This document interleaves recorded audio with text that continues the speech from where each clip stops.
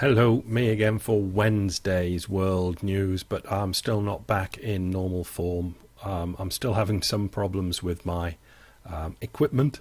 It's not because it didn't work perfectly, it's because I can't help but tinker with things, and as I tinker to try and make them better, I normally make them worse. But that's what I enjoy doing. And that's what I enjoy doing here. And I'm still far from where I am, I think, with the re-application, re-inputting of all these new stuff for the computer. All my economic thinks have been blown away, and now I'm having to lay a completely new foundation. And inevitably we've got to do it together, because that's what I'll make videos about, probably. This is a very rare occasion. I'm making the news for the second time.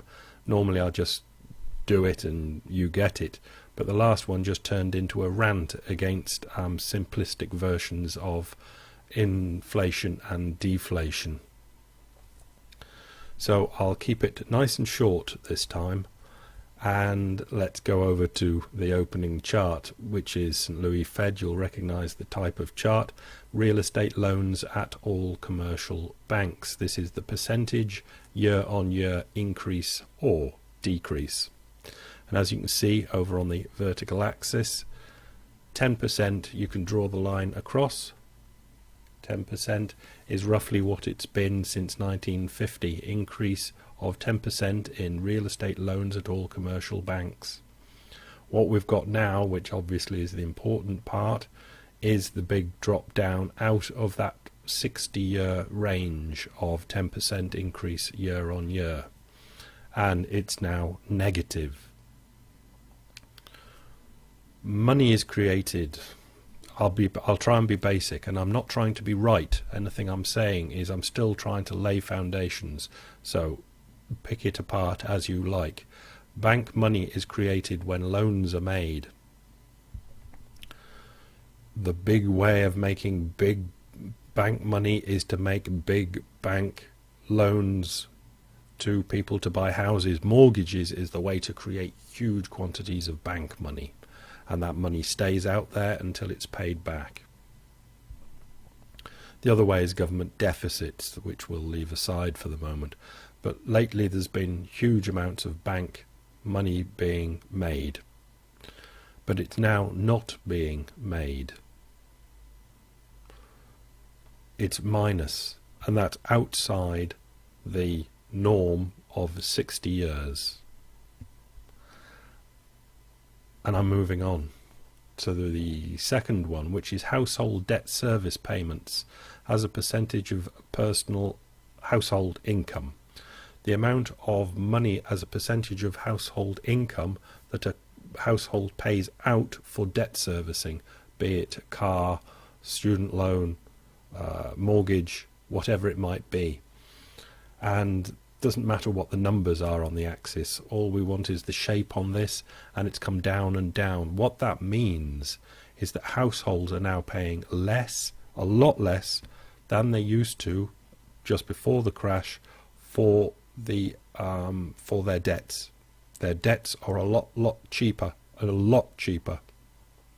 That is the authorities trying to make everything well again by putting interest rates down, so the repayments on past debts are as low as they possibly can be. And they are as low as they possibly can be, because the bank rate's set at 0. If they want them to go down even more, lower than they've ever been, they'll have to do something else. But for the moment they can't help any more. They've got those interest rates down as low as possible, so the households can pay their debts back as easily as possible. This next chart, it's a biggie. Number of consumers with new foreclosures and bankruptcies. This is New York Fed.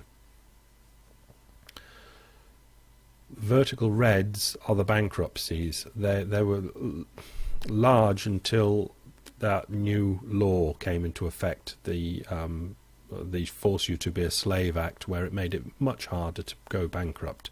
But you can see since then, in '05, it's been stepping up, and it's kind of leveled off at the moment. The other is foreclosures, which obviously was very low up until 2005 and has gone up, but again has levelled off, and if anything, as well as maybe the bankruptcies, it's going down. The authorities, to a greater extent, have got on top of the problem. They have done their job well. That is their job, to ameliorate these problems. But you can see that foreclosures and bankruptcies, it's the foreclosures that are the main problem, because that's the big money, are much higher than they were. So even with all the help the authorities can give, there are still bankruptcies and foreclosures going on. The big question is it enough? And why now can't households afford the things that they've thought they could afford 5 years ago? Why can they not do it? Obviously it's because, I'm drifting off again, it's because their income levels have not risen pro rata with the price of things. See, we run into terrible problems again when discussing inflation and deflation. Anybody that discusses it simplistically is basically wasting everyone's time, unless everybody has got all the information at hand, the brains connect, knowing what all that information is, and then we can talk about it simplistically. But until we know all the facts and the way the things connect out there in the real world, there's no point talking about these things simplistically. It's just like talking down the pub. It is a complete waste of time. So I'm trying to put down some solid foundational blocks.